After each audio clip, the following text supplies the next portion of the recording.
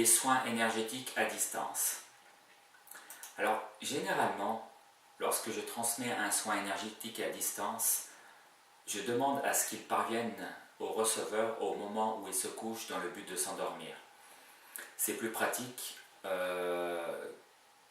car le soin dispose de toute la nuit pour agir. S'il choisit cette solution, le moment de la réception est donc très précis. C'est au moment où le receveur aura décidé qu'il était temps de s'endormir. Cette formule est très souple et laisse de la place pour la vie familiale. Le receveur peut également choisir le moment précis où il désire recevoir son soin énergétique à distance, à un jour déterminé et une heure précise. Ce sera à convenir à l'avance avec celui qui transmet le soin. Au moment où le receveur sera prêt à recevoir le soin énergétique à distance, il s'allongera sur le dos ou se mettra dans une position de relaxation sans croiser ni les bras ni les jambes.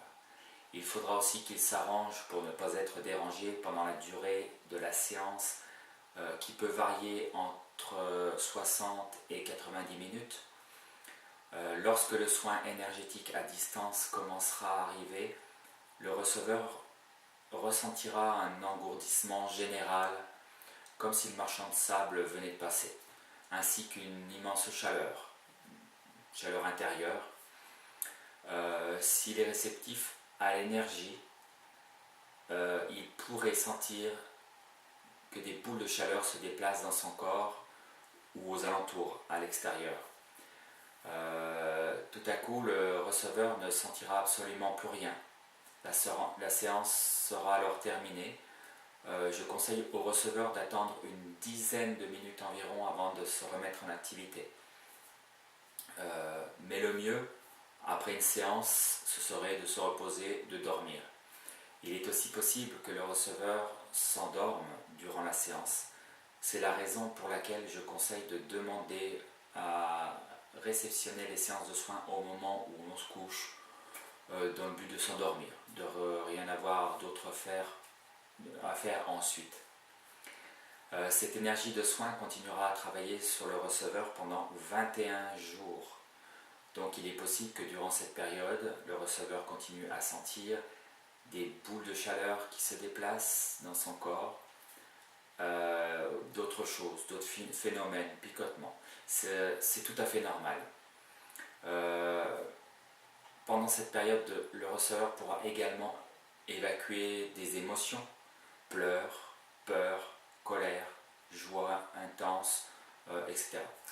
C'est normal également parce que des verrous énergétiques se débloquent et l'énergie commence à circuler plus librement dans son corps. Le receveur pourra également ressentir de vieilles ou de nouvelles douleurs physiques et musculaires pendant quelques jours. C'est juste un mauvais moment à passer. Le temps pour son corps de retrouver ses bases de fonctionnement. Voilà, j'espère que ces quelques